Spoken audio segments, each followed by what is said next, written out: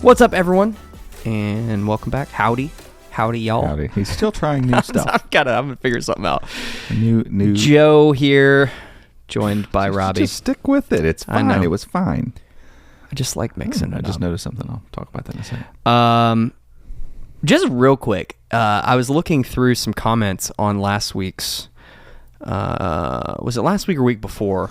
Maybe week before. I don't remember.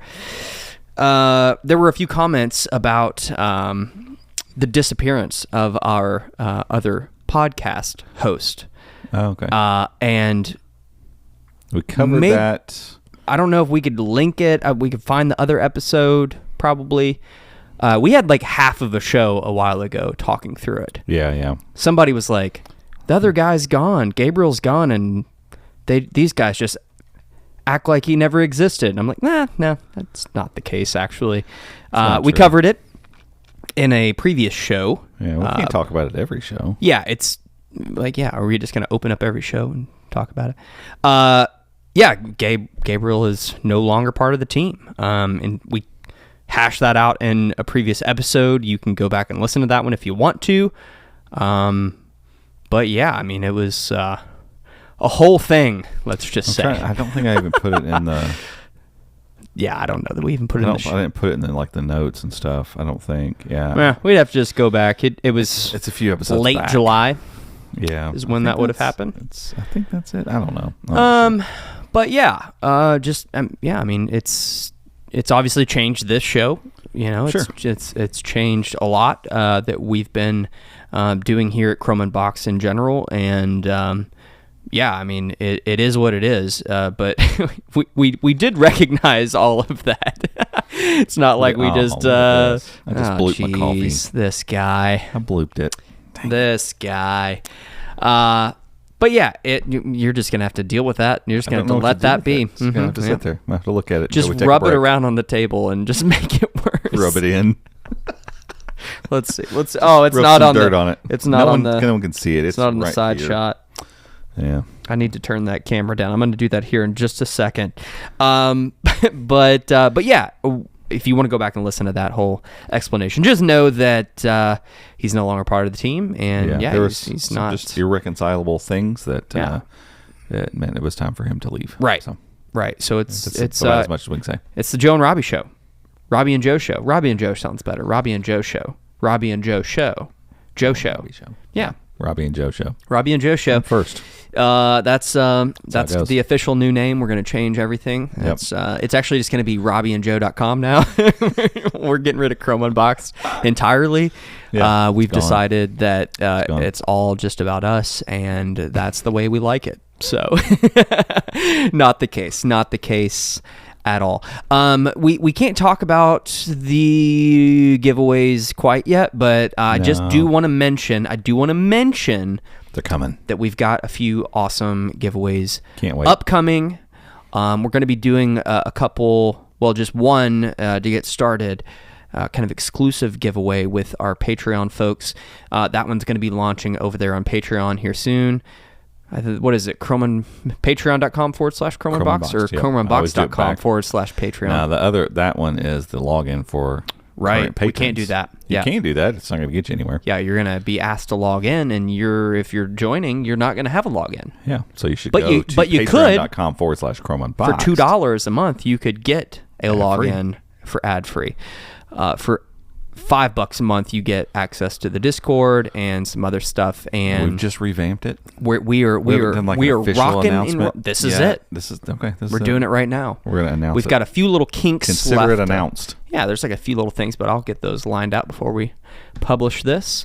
The Discord, it's just like anything else. We launched it. We wanted to create a community for kind of our patrons where they could have a place to go to be with other folks who are super into Chromebooks and ChromeOS and Google, and also have kind of access to us to be able to ask us questions easily without having to sort through emails or comments on the website. Like this is just a tight knit community of Chromebook and ChromeOS enthusiasts. And let's be honest, like I get a lot of email, and that's not a knock to anyone who sends me an email. It's just trying to be realistic about whether or not I'm going to respond. Yeah. I am. I'm pretending. There's a plant back there. I'm just going to let that be Joe. Who are you talking to, dude? Sure. This person. This mic actually, before the show, wanted to spin around. So it did. So I had to fix the other camera. We went ahead and canceled the Robbie and Joe show. It's just the Robbie show. It's the Robbie and Roberto show. Well, what it's going to be is Robbie's tech reviews. Oh boy, yes.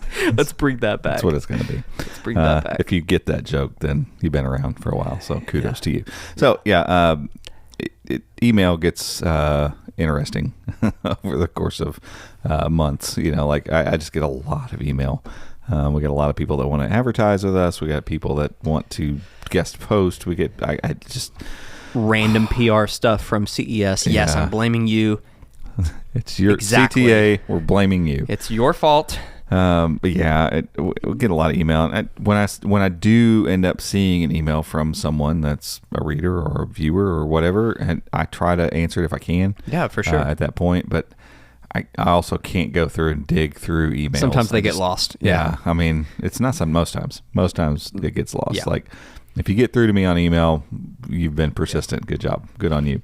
That is not an encouragement for all of you spammer people that send me stuff, that send me 18 messages every other day. Please don't. Please stop it.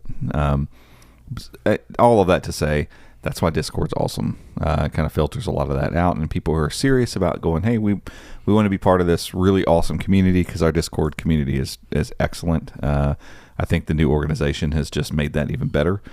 People seem to be more engaged than they were before, but we're in there too, and so that's a much more direct line if you'd like to be able to chat or ask questions. And there are people that know stuff about certain aspects of Chrome OS or Linux or application development or whatever, that are more intelligent about those things than I am, or than Joe is or Michael is. And so it's a great community. It's been really fun, and the rejuvenation of the server has been really cool. I've been more engaged, I know, because of it. And not because we did this, so I'm gonna make a point to be more engaged. It's just it's laid out a little clearer, so I know where the conversations are. And where I can at least lend a little bit of a hand here and there. And kudos to Michael Perigo, our staff writer and Discord aficionado, Discord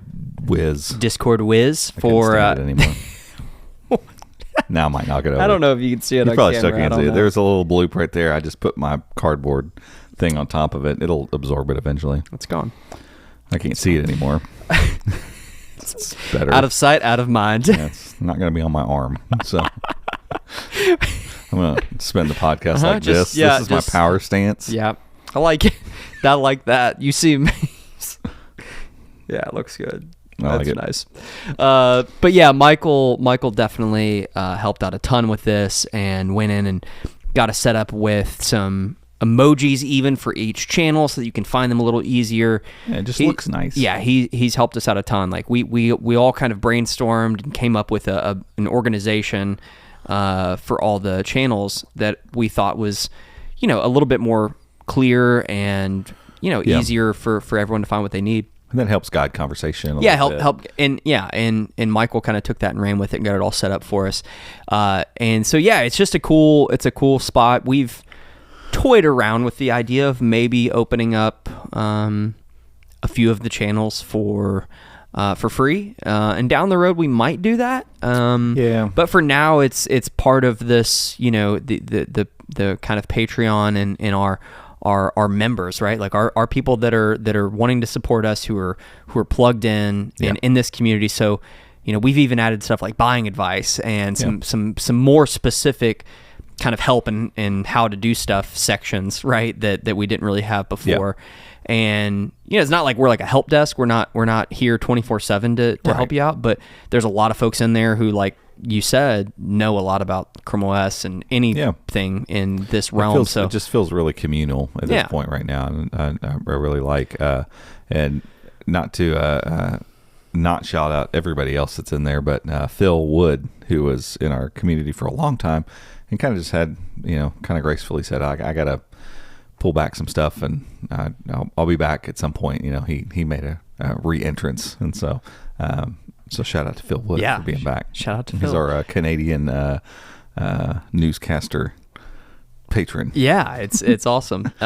He was around back when we were doing the live streams. Oh yeah, which, speaking of, Discord has some really cool tools now for what they call stages, where you can do live stuff. And so we're going to be getting back into some of that, having Michael be a part of that. There was issue with the way that it was done before. I don't know. It just was kind of janky. Going live on YouTube. We were then sharing that to Patreon, so everyone had to see the Patreon message or in Discord, and then they had to go. Yeah, it was just weird. It wasn't. It didn't. Now it's like built in. Yeah, it's built in. So cool stuff going on there. If you want to learn more, just go check it out. Yeah. Patreon.com/Chrome Unbox. You got it right. Not the other way around. So let's kick off some of the news from the week with probably the news that most people who are interested in Google products have probably heard about by this time. You have come across it likely. You've at least maybe heard some rumors, some leaks. Just happened today of the Pixel 8 Well, late yesterday Pro and Pixel Watch 2. Yeah, so Google finally decided to just say, "Hey, here they are," and there's nothing surprising. Zoom in on that picture there. Let's see the. If I'm being honest, there's nothing. I'll go full screen there too. Yeah, there's nothing completely surprising here. That's the still I grabbed. I like that one. You do see the temperature gauge there, or the temperature sensor thermometer thing. They obviously didn't say what that's going to be for yet. That'll be for the event. I don't know what exactly they're going to use that for. Like, what? I don't have my phone on me. Oh yeah, I do. Here we go. Can you imagine being like, I think I'm feeling sick. Hold up. I don't feel good. I don't feel good. No, I'm good. That would be cool. I don't. Check it again. Why are you slapping it on there? Because it doesn't hurt. It sounds funny though. It doesn't. Like if you slap it flat, it doesn't really. It's just the flat. It just has a great sound to it. It's great. Yeah. I got it. Hold on. I got it. Temperature. That's what Google needs to add into their marketing stuff. Like, hold up. I'm not sick. Robbie Payne recommends temperature. Temperature it's the sensor. Pixel 8, the COVID eliminator. I can check my temperature when I need to. Finally, I need it. Finally. I need it. 3 years after the pandemic peaked. Oh, man. Anywho, so yeah, I'm not sure what they kind of have a reasoning for that. And it can't be slapping it on the side of your head. As fun as that was. Time to bring back the clips. Yeah. Don't hit yourself too hard. Yeah. If you get it just land it flat. It's just like doing this. Just a little tap. Doesn't hurt. I don't think. I don't know. If I start like stuttering later, then we'll know. What's wrong with Robbie? Well, he sitting smacked there hitting himself his in own the face head with his repeatedly. It's the Samsung. That's the problem. So I'm gonna put this up there. I don't know. Yeah, it'll be fine. Sure. So here's the Pixel 8. Imagine some cool music there. The Pixel 8 video. As you can see, it's not like they're highlighting a bunch of stuff and saying, "Oh, here's the 50 megapixel camera and the temperature sensor and the whatever." Like, they're not giving any specs. They're just saying, like, here they are, and these match the renders exactly. So it's not shocking or anything. It's not like, oh my god, we haven't seen this before. But let me while we're doing this, let me throw this one up there. I'll rewind it back here. So this one is the Pixel Watch 2. They really like the crown. They got really close on it. But look at the crown. Just looking at it, pretty much identical. Is same. And like the screen had leaked before, and it was the same screen. So none of this is shocking. Updated internals and so the updated internals will be the big change. Maybe here. another size if we're lucky. No, not seeing any. I don't feel like rumors that's of that. that. The case. No, I feel like they would have shown that off. Yeah, had that been the case. And so, let me make sure there's nothing else here. Yeah, the other one, the wait is almost over. That was the first one, and it was like, oh, and they did a quick. I'll show it.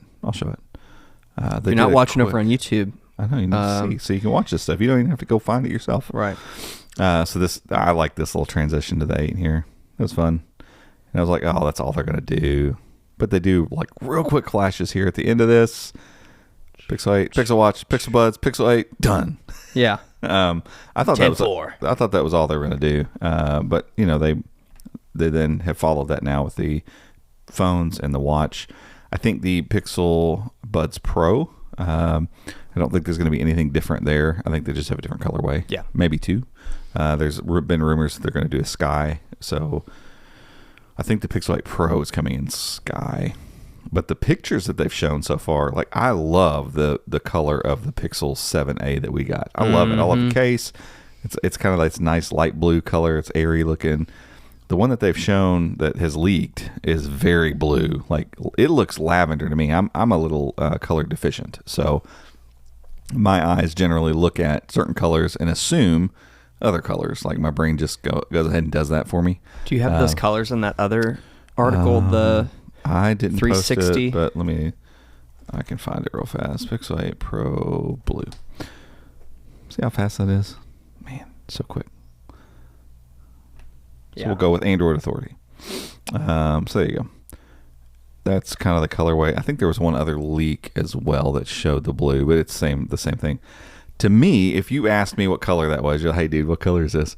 I would freely assume that because you're quizzing me that it's a color I can't see. So I would assume that that's lavender or some like periwinkle kind of situation, like a very blue purple, basically. It's called blue. I don't see any purple in that. It just looks like it could be, to me, it looks like it could be purple because my eyes compensate for me. Yeah, a lot of times. I think that's straight up baby blue. Okay. Yeah. We'll go with that. Let me see if I can find the other photo here. That is not the one I'm looking for. Oh, I think this is the one. Isn't there one where they're all, yeah. Yeah, this is the direct one. That still looks like it could be like a purplish. That is, I think that's very blue. Straight up baby blue. Okay. Yeah. Oh, it was the 3D thing. That one looks that looks like it could maybe have a little purple. You're a little deficient too, yeah, right? We're both kind of guessing here, so. People but online I are can see that. Go full screen again. Zoom in on that bad boy. Okay. Oop, wrong buttons. Yeah, Get in here. I don't know. That's a cool color. That's a great color. More purple. I know down there it looks monitor. It looks. I don't know. I'll be interested to see it like real life. Sky. Yeah, because I love it. Like the 7a, I love that colorway. 100% would go with that. Because one of the other cool things about the Pixel 8 Pro so kind of a timeline of the leaks here. Yeah. They give the rundown. Yeah, they had the leak that we just showed where it was. Let's see. Wait a second. No, I'm missing one of them. What was the leak that happened before the one that happened before this official one? There was another leak. Let me see if I linked it here. The 360 render thing? No, the one before that. Oh, holding it? Yeah. Okay, that's right. The picture. Yeah, sorry. Yeah. I was putting those two together in my head. So on the site here, you can see I kind of mocked up the guy and put a little cartoon here.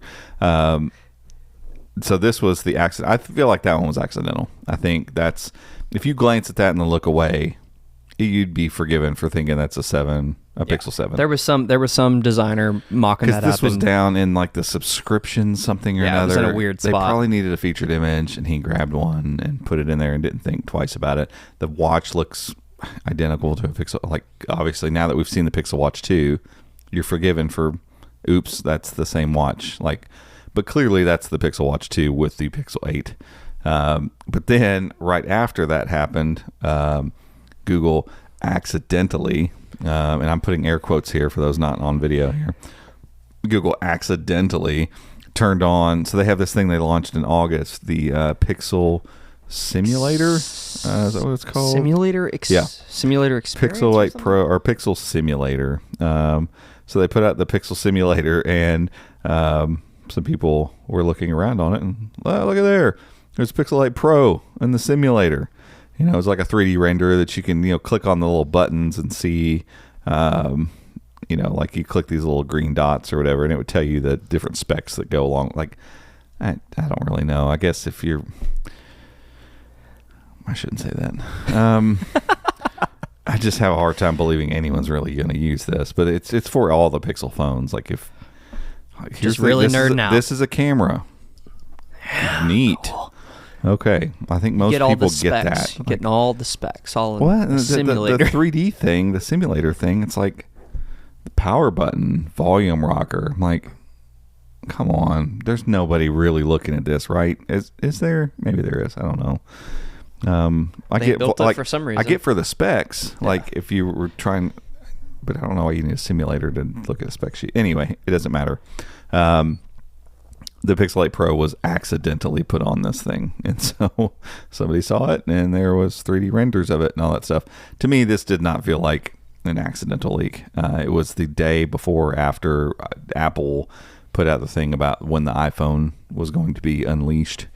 The iPhone 15 that looks like the iPhone 14 and 13, and somebody actually leaked the iPhone 15, and people were like, I can't believe they left the bezels that way. That seems fake because the bezels seem too small. And people are like, it looks exactly like the 14. That's what the 14 looks like. Yeah. Of course, Yeah. of course, it's going to look basically the same. Apple doesn't change their design language maybe once every 5 years at best. And to the extent, I mean, that's what Google's doing. I mean, they accidentally put on a picture of the Pixel 8 when they're probably supposed to put the Pixel 7. They're not that different looking. Like, let's be honest.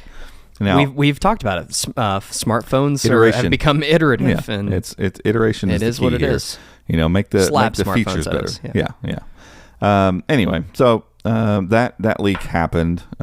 It's not a leak. That was a purposed showing of stuff beforehand, because again, you have a website that is this complex, because it's not like this is a brochure website.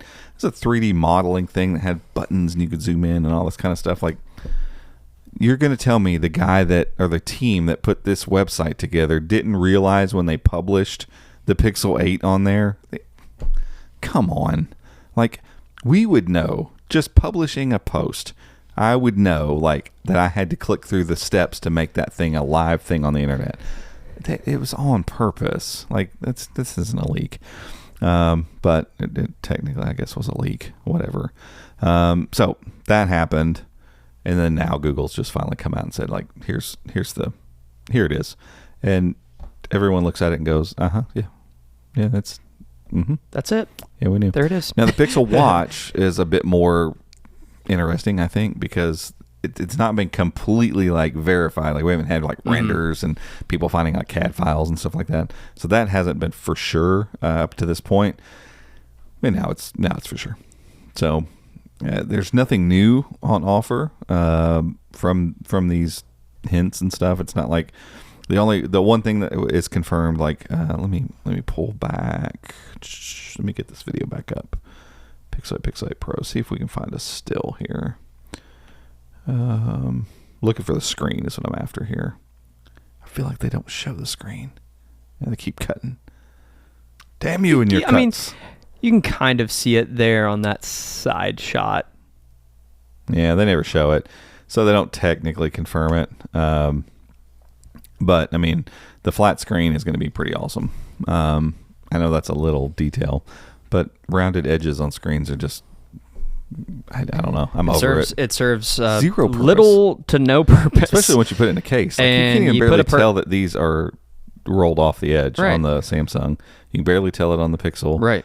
Like, and I don't feel it when the case is on here. It's not and like it it serves adds no any purpose. sort It's of just taking functionality. It's taking away a millimeter of screen real estate Right. for me. So, like, just flatten it out and stop it.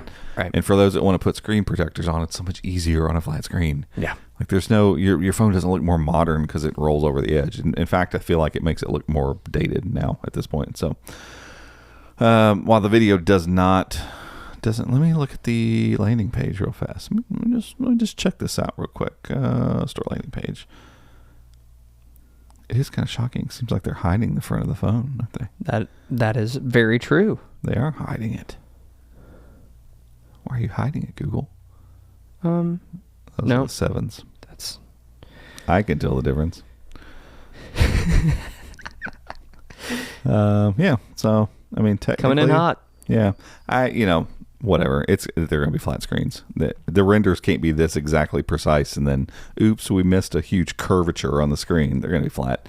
So that's cool. But other than that, there's not like a whole lot of meaty details. Obviously, that's not what Google's after here in a sneak peek. We are like 28 days out, 26 days out, September 30th. 10/4 this month. Yep. So I mean, they don't have to leak too much. It's all just kind of getting the wheels greased for the event ahead of, Apple's got their thing coming. So like, you want to stay in the news. When's the Apple event? I don't know. I was going to ask you. Let's see what iPhone 15 event survey says Wonderlust keynote. Wow. I saw a guy doing an impersonation of Cook. Tim Cook the other day. It was spot on. So funny. I don't know why I said Cook. You weren't talking sure? about Tim Cook? You You talking about Tim Cook? What are you talking about? Why doesn't I have a date? Oh, wow. Do you even know how to Google? No. Do you even know how to Google? This is... If you're listening, this is killer content. What was it you were looking for earlier and you couldn't find it? September 22nd. There you go. Okay. Says Google. Oh, wait. I say iPhone. Wait. Pre-order. No, wait. That's release date. Oh, boy. We really... September 12th. Boom. We are really, really dialed in on our Apple news. Yeah, so. I know all about Apple. All right, we might start a blog. That's close, yeah. Apple is expected to hold its event on the 12th. They're definitely throwing some things out there to take some steam away. I mean, it is what it is. You're not going to take too much away. And Apple it doesn't matter. Apple's going to say, hey, we made basically the same phone again with some updated internals, and there's going to be new magic pieces to it. It's revolutionary. It will be. No, I'm just kidding. It will be. And we'll watch the event and make fun of all of it. Yeah, it's just what we do. Because Tim Cook is just fun. Super easy to make fun of. Yeah. If I'm being honest. So just to kind of, for what we know right now, we know there's going to be obviously Pixel 8, Pixel 8 Pro, Pixel Watch 2, Buds, and then colorway on the Buds, just different colors. Sure, yeah. Don't expect new stuff on the Pixel Buds Pro. Yeah, they're still just going to be the same. Yeah, same stuff. No internal changes. And then you found something today that might maybe show up at the event. You think they'll put that at the event? No, when it was originally released, remember it got released separate from their event. That wasn't even a full event because it was during COVID. Yeah, and that is the Chromecast with Google TV. Mashal Rahman, I think is how you pronounce his name. Rahman. XDA, I think he does some, I don't know who Mashal writes for or whatever. Like he's his own thing now almost on Twitter. You mean X? No, I mean Twitter because it still says tweet. Don't get me wrong, I like a lot of things Elon does, but the whole X thing is dumb. Let's see, I've got that one pulled up. There we go. I have that one pulled up too. Yeah, zoom in on that bad boy. Yeah, updated Chromecast with Google TV. So on the left, you see the on TV remote. You see the current Google TV remote. And on the right, Michelle found, I did see I put Twitter X on there. There you go. See? Twitter-X. He found in the Android 14, Android TV 14 beta. He found it's like a walkthrough video for something, and it had this new remote. Yeah, this little new remote. So if you're just listening, you can go over and check out Robbie's thumbnail for this. And it'll be linked in the show notes, obviously. But yeah, that was really it. There was news and rumblings back in January that a new device was on the way, a new Chromecast with Google TV. Little did I doubt that they would be working on something. Still, like, this doesn't tell us what it's going to be or the angle they're going to take with it. Right.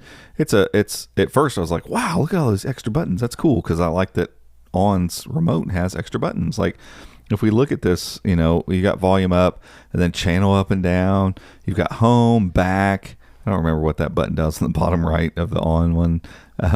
Source? Is it a source button? Maybe it's a source button. And then you got your quick shortcuts down there, and you got your settings button. No, source is right up there at the top. Oh, yeah. I forget what it does. I think that takes you can set that to your live TV of choice. So if you're like a Hulu person, you can hit that and it'll go to your TV. And I had bookmarks or something like that at the top. Google Assistant.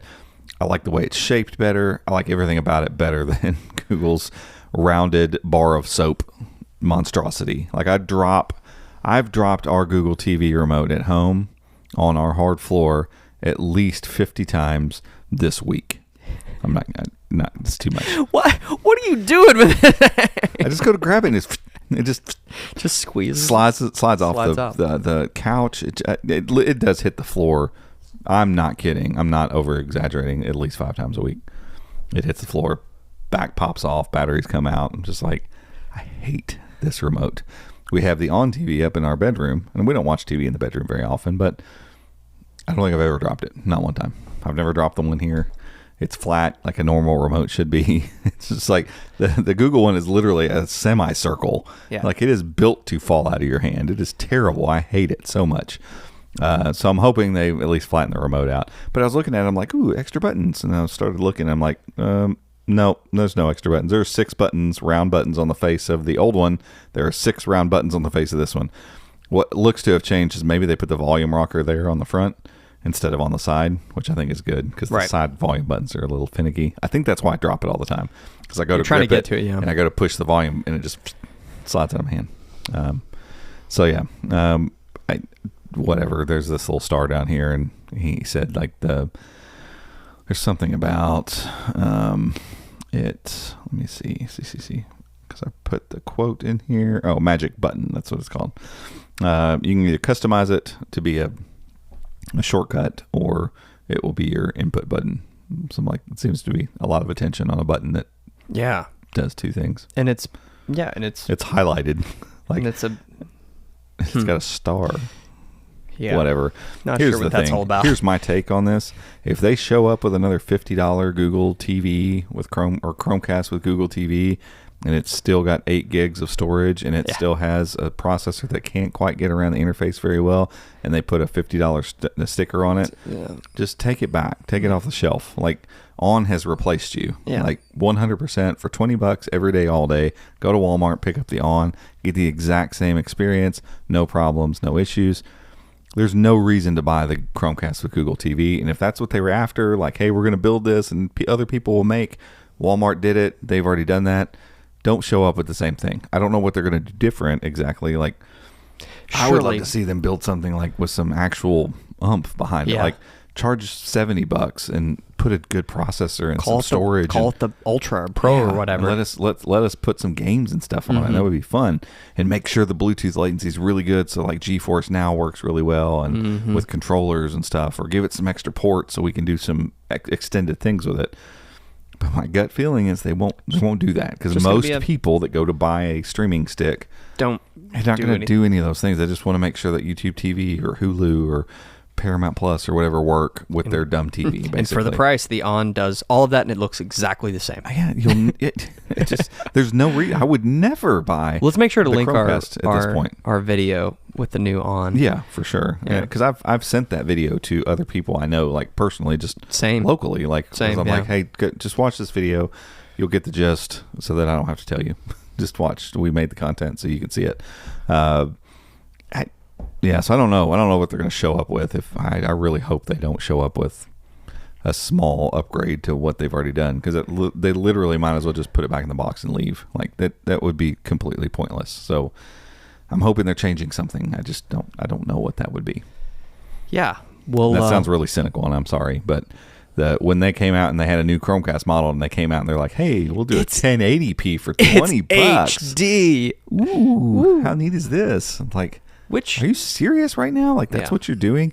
If nothing else, if they'll increase the processor and the storage space and a little bit more RAM, just so the interface is smooth as butter all the time. Because the ON still struggles every once in a while. It's kind of on the same par as the original Chromecast with Google TV. So upgrade that stuff. Maybe it's not for gaming, whatever. I still think there is a reality, and I know Apple TV has not even cracked this either, but there's a reality where Google could make a Chromecast with Google TV that doesn't have to be like a Snapdragon Gen 2 or 8 Gen 2 or something in it. Like, it could be a 4-year-old style processor or something like that. But put 4 gigs of RAM or 8 gigs of RAM in it and put 128 gigs of storage, call it Ultra, and then figure out a way to advertise that, hey, you can play video games on this. A lot of Android games will work, like racing games. You can play some of the shooter games, any game that, and I get it, it's a chicken and egg. It's no different than Chromebook. Like, you got to get developers to be like, oh, we got to add controller support. But more and more games are getting hard controller support on them. Like, between that and GeForce Now, like, you could market it as, yes, watch your stuff, but you can play some games on here too. You can really do that. And so I think they could do that. I'm not holding my breath at all. I'm telling you all, please don't hold your breath. Don't hear me saying this and go like, oh my God, they are going to focus on gaming. They probably will not, knowing Google's kind of track record with this. I don't know how they show up with what I assume they're going to show up with and expect to sell any of them when something like the On TV exists for $20. And I guarantee you it'll be 15 or 12 probably during Christmas and stuff. Yeah, it'll like go during the on sale. holidays, it's going to like, it'll be $15. Yeah, it's like put it up there with the packs of gum when you're leaving. Like, I'm going to grab a soda, some 5 gum, and give me what is give that? me 2 of them What is streamers. That? What is that, $15? Yeah, I'll grab one. I don't know. I got Throw it in. I'll hook it on something. Throw it out. I mean, it's going to be my Christmas gift of choice for like the extended family members. Right. Like, oh, those people that aren't really techie and won't think about buying this stuff for themselves. Right. Look at this. It's fancy. Right. And it won't cost anything. So yeah, I don't know how this is all going to play out. I'm zero excited for it, to be honest. What if with they you. just have a huge part of the keynote presentation talking about the new remote? I will just the remote. I thought you were going to say the new Chromecast. It's awesome. No. I would gladly eat crow. I would be happy to be wrong. Or that would be funny too. If there's this like I will happily. I'll they've make a video. revolutionized. I'll make a video. Streaming. I was wrong. I was wrong. Tears in my face for the thumbnail. Right. Yeah.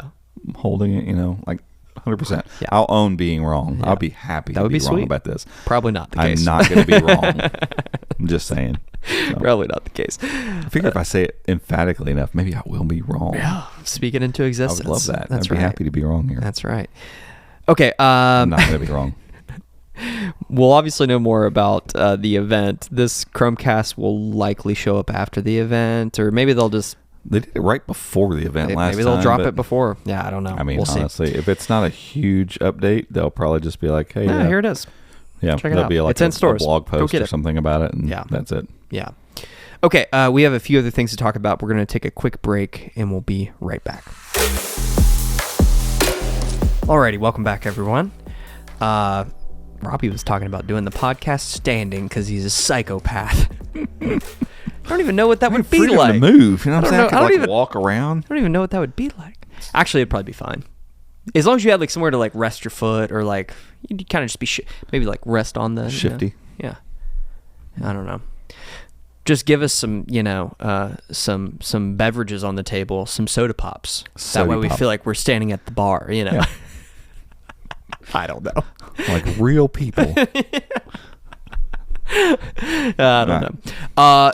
Let's dig into a few other things from the week. If you are subscribed over on YouTube and you've clicked the notification bell, like Robbie asked you to do at the end of every single video, God, every if you time. haven't clicked it, If you haven't done it, it's on you at this You don't point. follow instructions. You just don't. If you haven't clicked the notification bell, that's your fault at this point. All right. At the end of every video, he says the I same could thing. say that in my sleep. If you ever thought about mixing it up, you should try it. It's really hard. Absolutely not. It's too late now. And it comes full circle. Full Circle Friday. Me Yep. and my friends used to have a thing called Full Circle Friday. Whenever it would be Fridays, and there would be something we were talking about a long time ago, and it'd come back around. Full Circle Friday. There you go. I don't even know what we're talking about now. So Circles. Full Circle Squares. Friday. We Videos. have two YouTube videos. We have a YouTube channel. We are on I don't know if YouTube. you guys know. If you're I don't know if you know. unaware, we Yeah. do have a YouTube channel. A couple of them, actually. Started there, yes. More about that soon. So over on YouTube, we've been hard at it this week. We have 2 videos that went out. Yep. We didn't film both of them this week. One was filmed last Okay. week. 2 went out. But they both went out. And we kind of want to go over both of them because they were... it's weird. Like, we got in this phase there for a really long time where it was like hardware, right? And that was like a lot of YouTube. part of it is, like, we have hardware to review right now, but part of it is also, I think we talked about this maybe last week or week before, like we look at stats and look at our, views on videos, and it's like, people are actually interested in like the software and feature side of Chrome OS as well. It's not all just hardware. People are following us and coming to watch our videos to maybe learn how to do something rather than just make a purchase decision. I would say the majority. Yeah. Because a lot of people already have Chromebooks. Right. Or they've already decided on the Chromebook, so they're not looking at reviews to figure out what they want. They're now trying to figure out how to use what they have. So like everybody who owns a Chromebook or is thinking about getting a Chromebook, any feature video makes sense. Yeah. But only a subsection of those people care about a new piece of hardware. Right. Unless it's like a big deal piece of hardware. Like, and we're going to continue to make the hardware videos. Yeah, like we're 100%. never getting away from that. We're Chrome unboxed, we unbox Chromebooks. We got to talk about them. But, this week was kind of an example of trying to stretch out and trying to do some other feature style stuff, some other cool stuff that is going on in the world of Chromebooks and Chrome OS. So the first one, and we've done a few videos on Lacros, so the decoupled Chrome browser that has kind of been softly launched, not really fully launched. Yeah, it's but not really launched. It's out there. You can use it fairly easily, let's say, in 1.16. Yeah. So they built the tools back in 1.16. They've kind of put stuff in place so that when you turn it on, you almost don't notice. Like you restart Chrome and you wouldn't know unless you know kind of what to look for. And the main thing is that profile switcher up there. You can kind of tell like, okay, we're in Lacros. And once you have Lacros turned on, it's not like, oh, well, Lacros is doing this part, but the old Chrome OS browser is still doing that part. Like, no, it's all in PWAs, everything you have, but it carries all those things over. So if you restart into Lacros in Chrome OS 1.16, like you open Discord, for instance, like I have a PWA for Discord. I open it up and it's already logged in and I'm right where I was. WhatsApp, I don't have to rescan my QR code. Like none of those things. It's just working out of the box. And so that's a cool thing that they've done. Now that doesn't mean it's turned on. It's not like Lacros is enabled or anything. Like they said, it could take them a year. Now, hopefully it doesn't, but they've put it out there enough that people are trying it in the real world. Hopefully it'll get rolled out, but they got to make sure that this thing works. Like it can't work for 80%. Like it has to work across the board. It's the browser. It's a big deal, especially on a Chromebook. So it could take a little while before like you just boot your Chromebook up with the latest update and you're running Lacros. But the cool part is it's so good right now that once they choose to do that, like you can already kind of see the writing on the wall. Once that happens, so say Chrome OS, I don't know, I'm just making numbers up, say 125, because that's a nice round number. Chrome OS 125 launches with Lacros in it. You'll update when you come in. I'm sure there'll be like a little toast that says, hey, new things in Chrome. You can change profiles in Chrome, not Chrome OS. And I'm trying to think what else you can do technically, like on the front end that's different.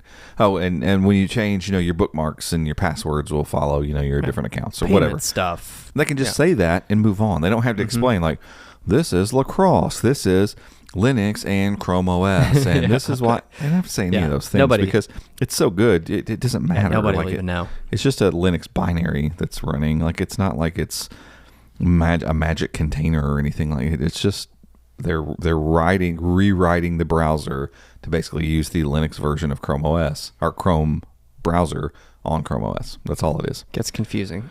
Chrome OS, Chromebook, Chrome browser. Linux. We've talked about this so much, like I don't want to keep going over it, but remember the intricacies here. Remember how deeply entrenched Chrome, the browser, is with Chrome OS, and now that they've decoupled it, I'm sure there are still some dangling things that are still attached that they're like, ooh.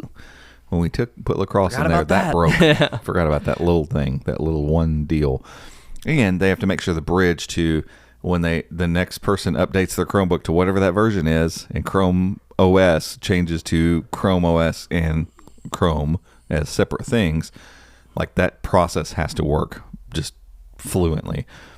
But I'll say it's really close already. Like, and so if it's going to take them a year, I don't know what else they're going to be working on, but I'm sure there are bugs behind the scenes. So that's Lacros. That's the decoupled browser. But then we thought, you know what? ChromeOS Flex, something came up. Somebody said something. I think somebody in our Discord maybe asked. Some conversation in Discord, will it work in Flex? And somebody said that they got it working, so it piqued my curiosity. And so we've got our Windows device that runs ChromeOS Flex. The Chromebook killer that is now a killer Chromebook. The Surface SE. Yeah. So we have it kind of around. Got it updated to 116 because it's obviously lockstep with ChromeOS. And went through the same exact process. Turned on the same 2 flags. Restarted. Everything worked. And so there's not much to tell in the video. It's not like, oh, here's this big tutorial and all these steps to go through. The video is more like, look at this. It works. Yeah. And proof positive that ChromeOS Flex is, it's not just like, hey, let's say that ChromeOS Flex is like ChromeOS, but really what we're going to do is hold these different features and we're going to do all this stuff. Like, man, I'm telling you, it's for the most part, they are the same OS. They really, really are. It's not, I guess I had so many years of, because they bought Neverware, who made Cloud Ready, which was a Chromium build. It was very close to Chrome OS, but it was always 2 to 3 versions behind, and kind of looked a little bit different because it's Chromium OS, not Chrome OS. And so when they bought them, I just thought they were going to kind of keep Neverware going, and then they ended up bringing out Chrome OS Flex, like what, a year and a half ago, something like that. And when they did so, I was like, it's still going to just be this like dolled up version of Neverware. You know, it's going to be the same thing. It's going to be Cloud Ready, just with some different colors or whatever. And so when it came out and I saw it, I was still like, yeah, but they're going to hold back certain stuff. Apart from Android apps, which that's just finicky. Yeah. When you start dealing with a bunch of different hardware, because Chrome OS Flex gets thrown on all kinds of different hardware. So that's finicky. Apart from that, it's just the same OS. I mean, the giveaway we're doing right now is a bunch of LG devices that have Chrome OS Flex flashed on. I'm like, and that I've got a whole opinion piece I'm going to write. I'm not even going to get into it right now, but there's just no reason that Google doesn't need to have Chrome OS Flex available for AUE Chromebooks. Like, once a Chromebook goes out and expires, there should 100% be a path to put Chrome OS Flex on there. If you are going to support a version of Chrome OS that's this close and this similar to the Chrome OS we get on our Chromebooks, there's no reason that you can't support your own devices. And I know there's a lot of them, but the number of Chrome OS Flex devices is tenfold of the number of existing Chromebooks that are AUE'd. So there's just no reason. Like, there's no reason. Now I got to do some research because I need to get the number of Flex devices out there and the number of expired Chromebooks. But I guarantee you it's probably 5 or 10 to 1. Yeah.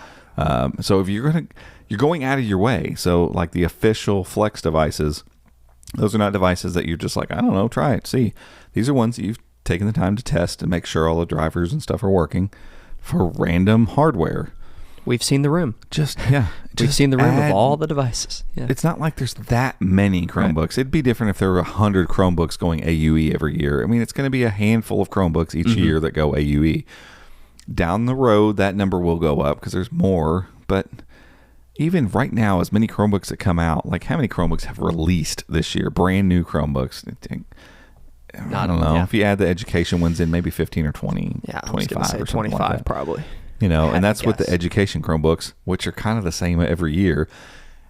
And you have a controlled hardware paradigm to deal with here. It's not like with Windows where you're like, God, how are we going to make that work with this? I don't know. It's a controlled paradigm. Chrome OS already works with all those things. You're using the same driver set. It's not different. Chrome OS and Chrome OS Flex are basically the same thing. So, yeah, you might have to tweak something here and there.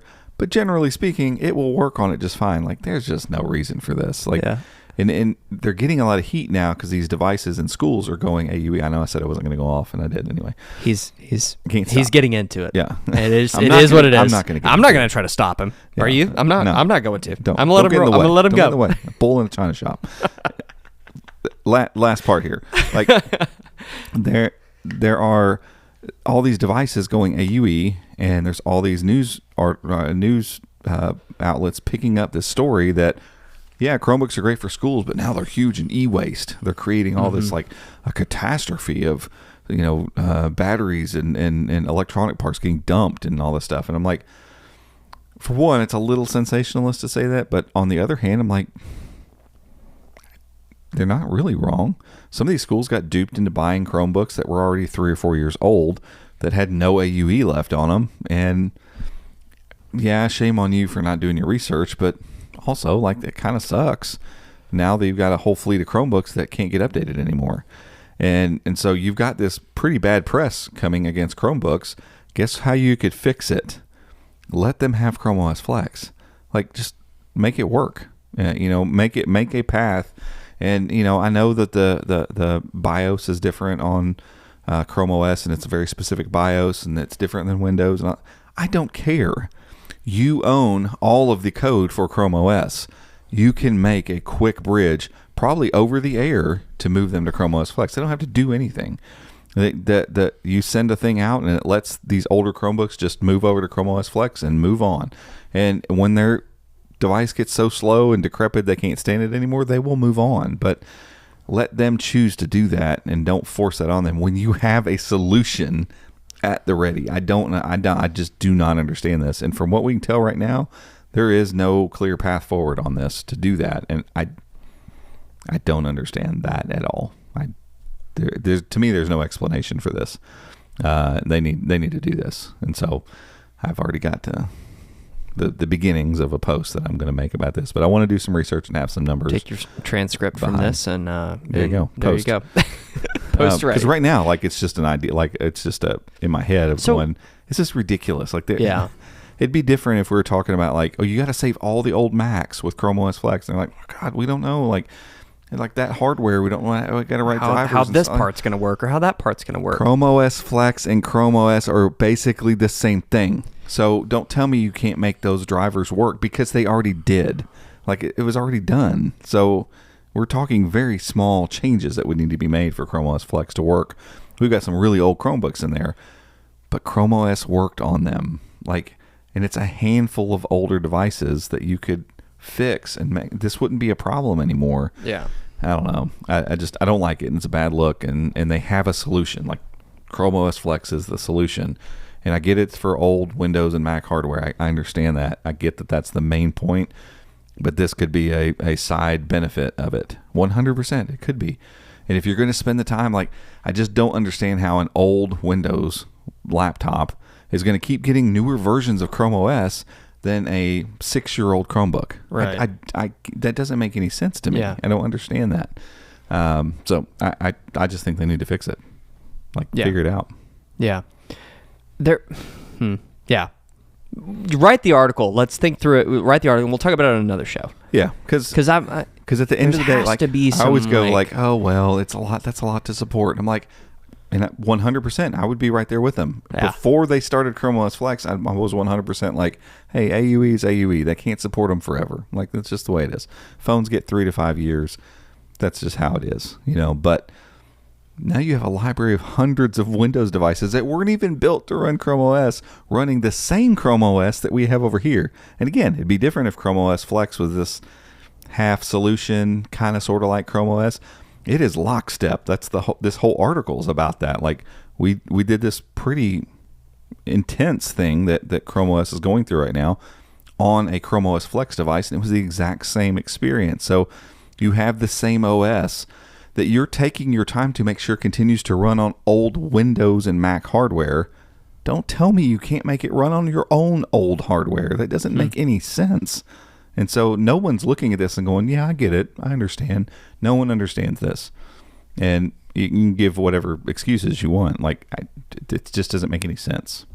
ChromeOS Flex is too close to ChromeOS for that argument to work anymore. It just doesn't work. Mm-hmm. Yeah.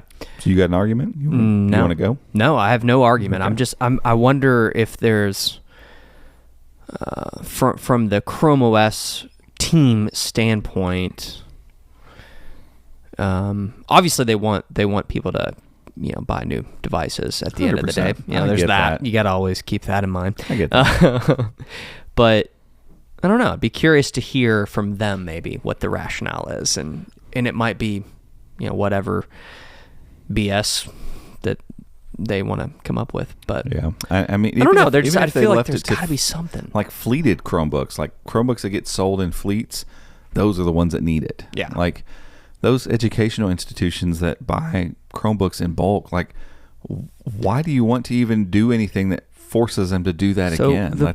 of all people, like, don't force the educators to have to go dump thousands of Chromebooks into a landfill. So the end of the end of life for a Chromebook is so that, the ChromeOS team is no longer having to keep up with that particular device. Correct. Yeah, that's the whole point. So then Flex now is how is Flex getting deployed that is allowing them to not have to manage those particular devices in the same way that, right?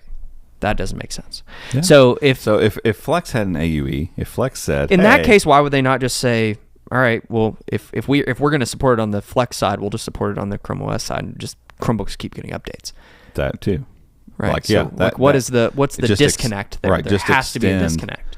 Yeah, just extend Chrome OS, period. But then, you deal with Android apps and stuff, so it gets a little more hectic with that. Like Chrome OS Flex, I feel like gives them a little more narrow version of the OS. It's a cleaner version of Chrome OS, but it's still Chrome OS. Like for what schools are using it for, 100% takes care of it. I don't know that, some schools might be leveraging Android apps excessively, but I feel like they're not. Like my kids, I never see my kids using an Android app for school on their Chromebook. I don't know. I just don't. I can't see a reason why this is the case. I just really can't. Yeah. And even if, like, you don't want to call it ChromeOS Flex, fine. Just after AUE, XYZ stops getting updated anymore. You can't use these anymore. Like this Chromebook doesn't work with Android apps, and you can't get Linux on this one anymore. And even most of those older ones don't get it anyway. But you can't have either one of those things. It's just Chrome OS is all you get on this moving forward. Okay, yeah, make that a thing. Like I don't know. I feel like there's multiple ways around this. Yeah, is there some sort of weird? All right, so Flex running on Windows is like a siloed thing, right? Or on Mac or whatever. Yeah. And it doesn't it doesn't take away from the brand in any way. Chromebook has its brand, right? It's a thing.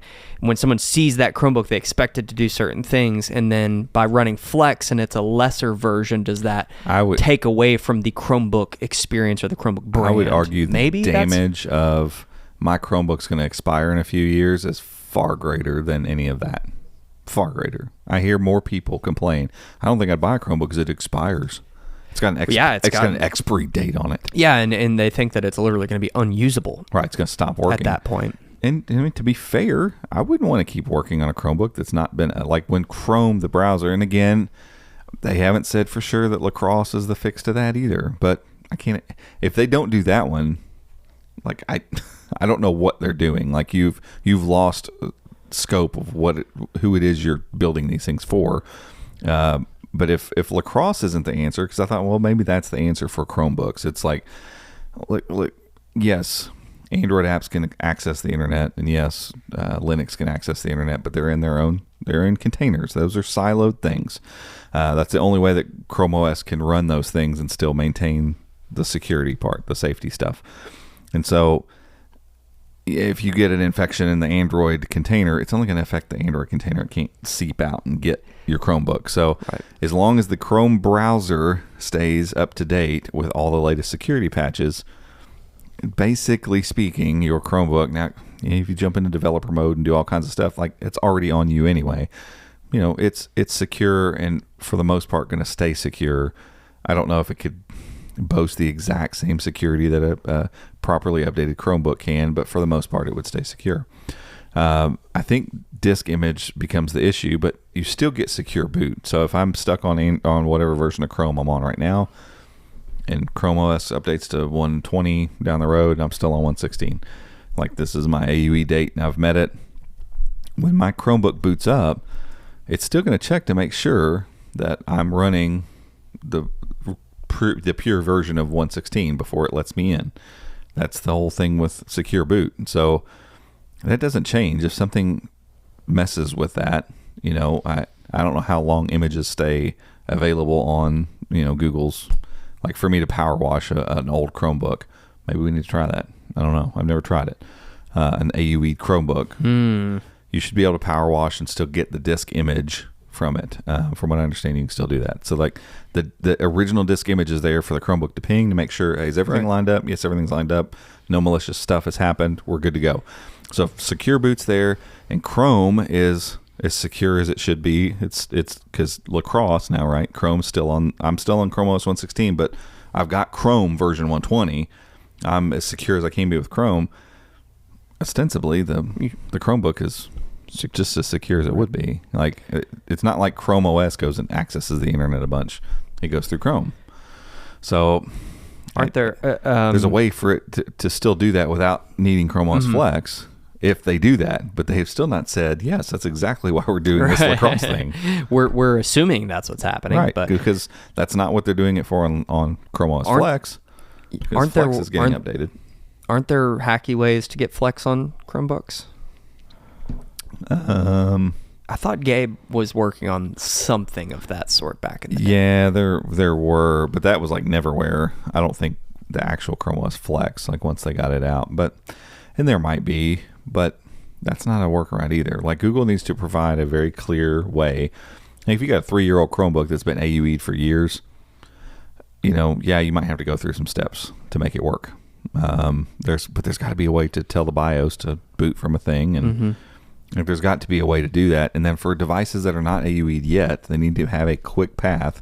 When that little toast notification pops up, says, "Hey, this is your last ChromeOS update." The next step for you is to transition over to ChromeOS Flex if you would like to continue getting updates. Would you like that? Yes, I would like that. Download ChromeOS Flex.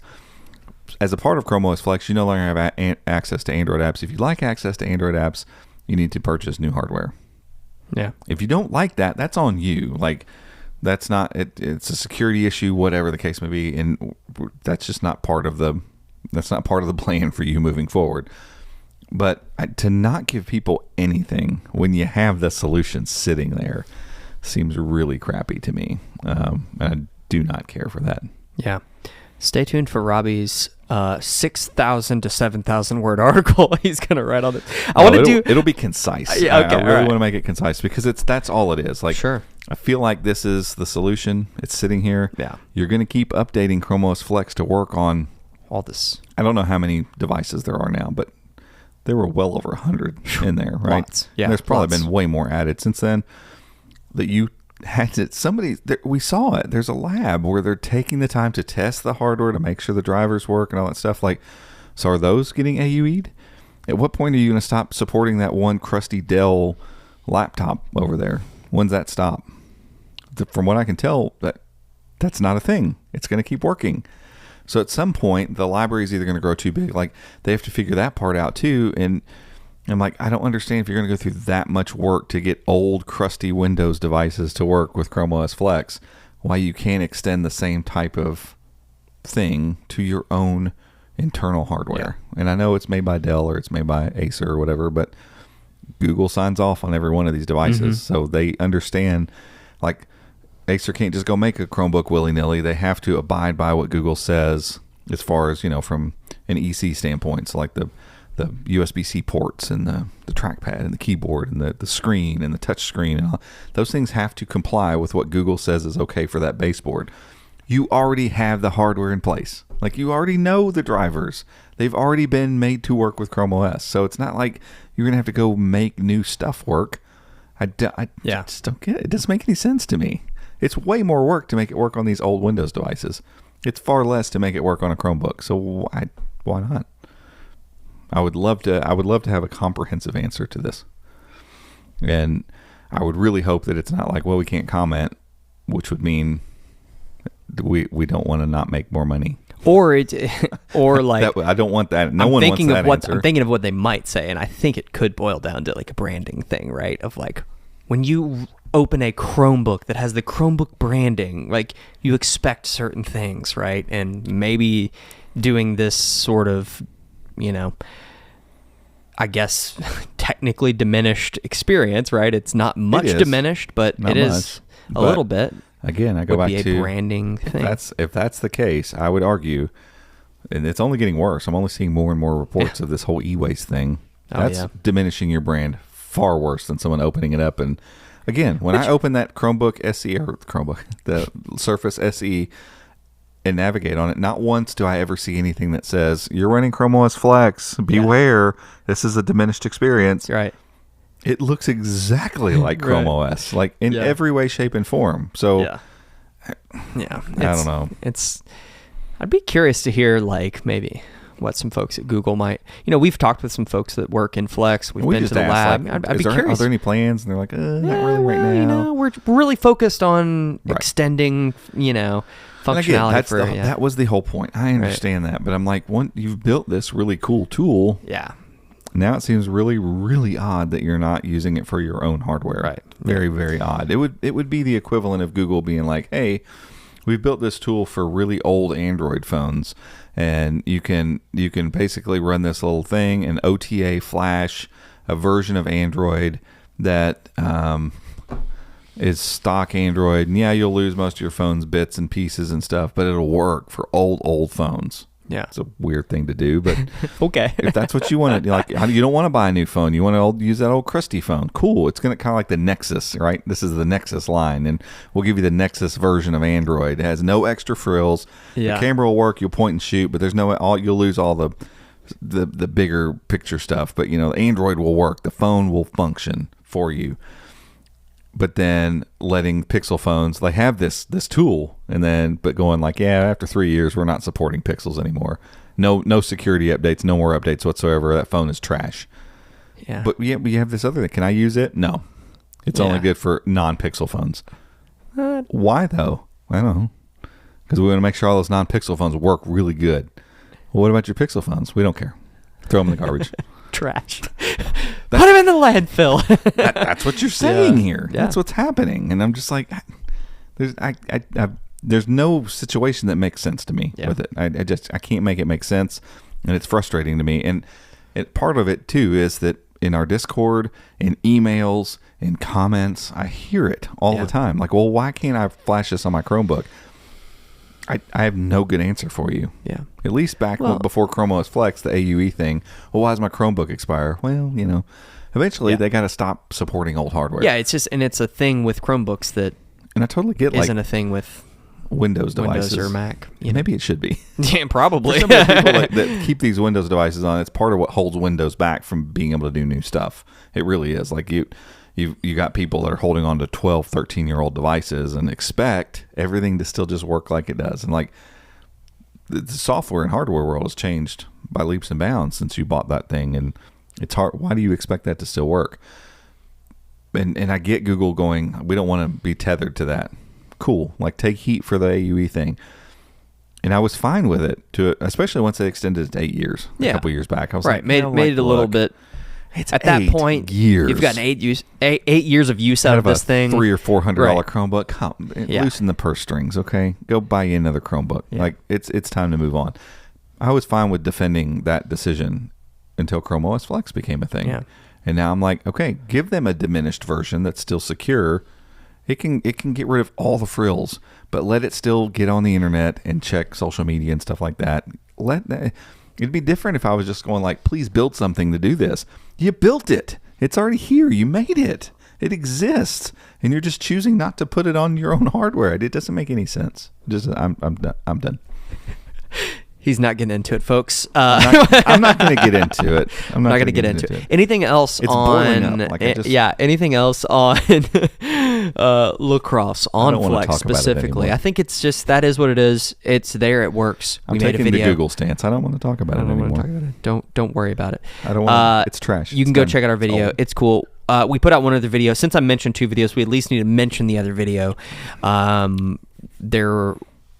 What spurred all of it? I think it was just maybe the Marquez thing. Did you see that? So I got my invite to Beeper 2 weeks ago, a week and a half ago, and then Marquez did a short about Beeper and iMessage on Android. And I was like, will it work on I got my Chromebook? invite. I don't care that much about iMessage. I care about the argument, like the ridiculousness of the entire situation.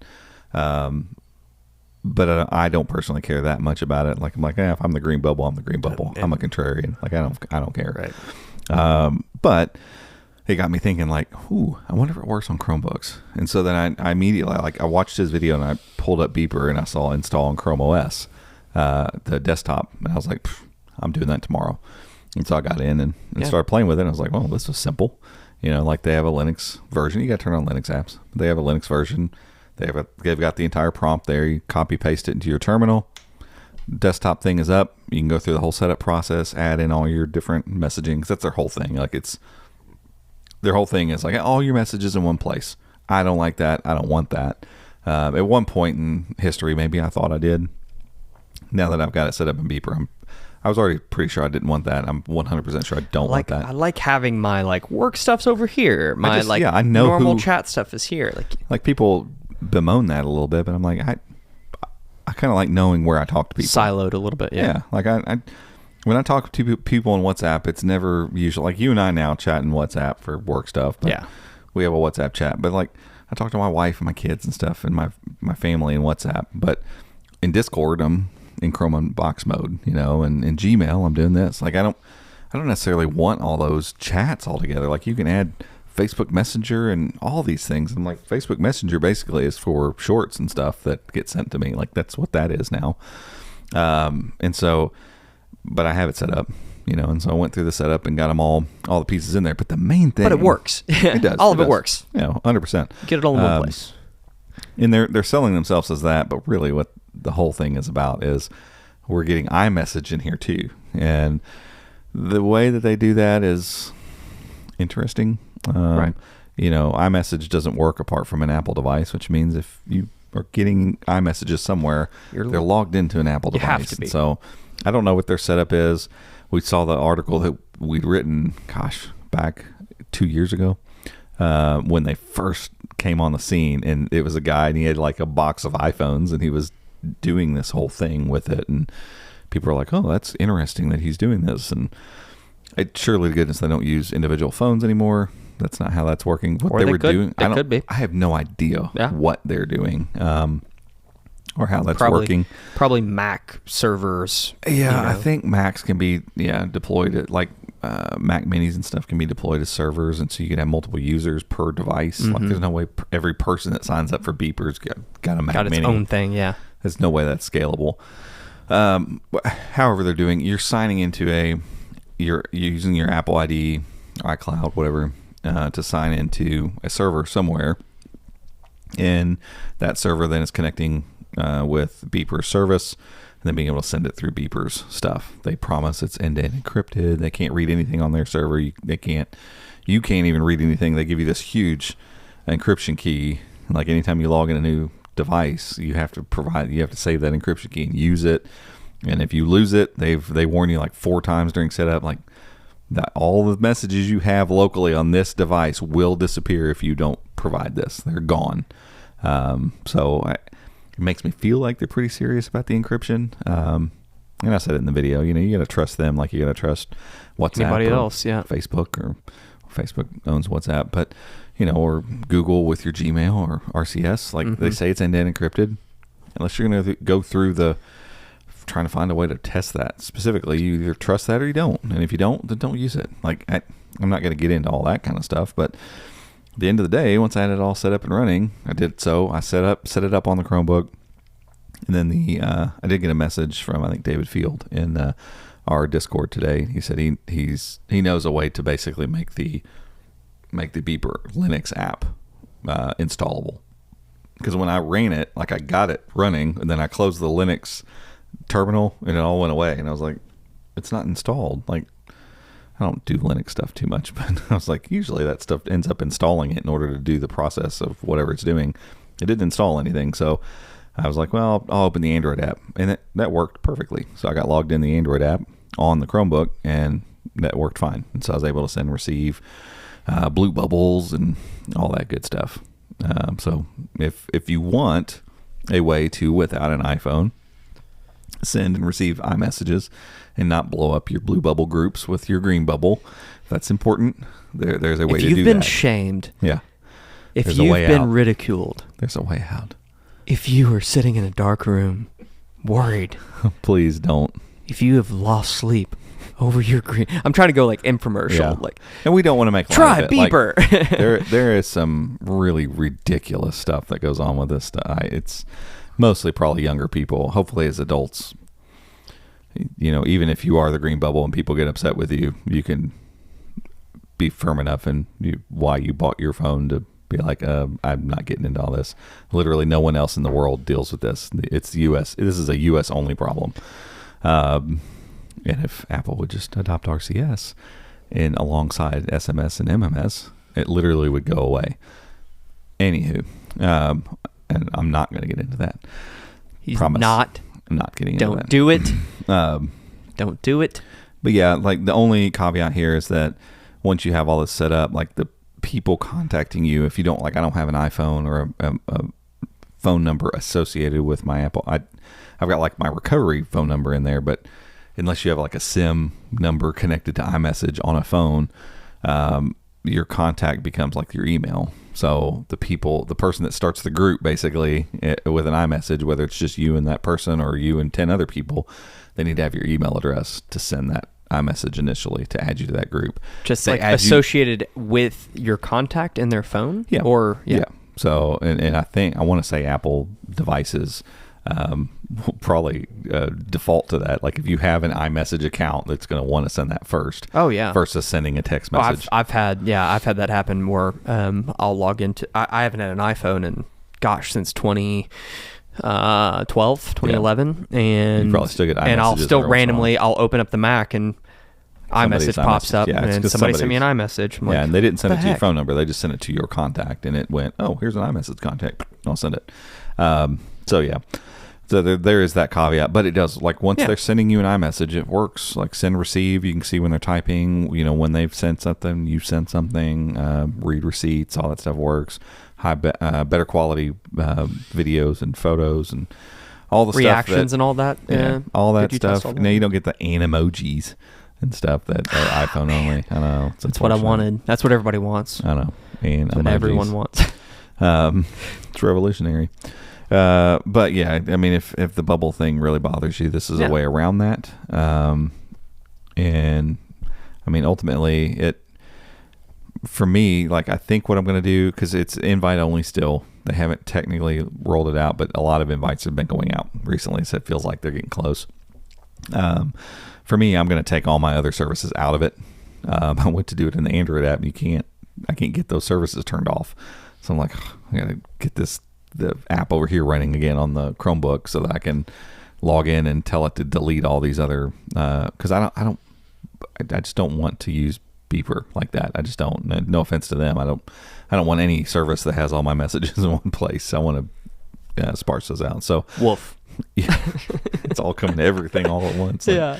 No thanks. And so yeah, I need to take those off, and I'll leave it installed and leave it connected to my Apple ID just for that purpose. And if I get a message on my phone, I can open the Beeper app on my Chromebook and respond back and forth if I need to, but I really don't want to. Yeah. So don't send me an iMessage, please.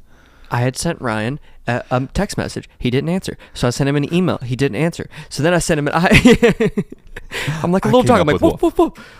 And then the idea was born. So yeah, go check out 2 awesome new videos. Go check them out. Fun stuff you can do with your Chromebook. Right, exactly. Well, or ChromeOS Flex. Yeah, or ChromeOS Flex. So go check them out. We'll link them down in the show notes. But yeah, I think that's it for this week. Anything else? Yeah. We'll be back next week.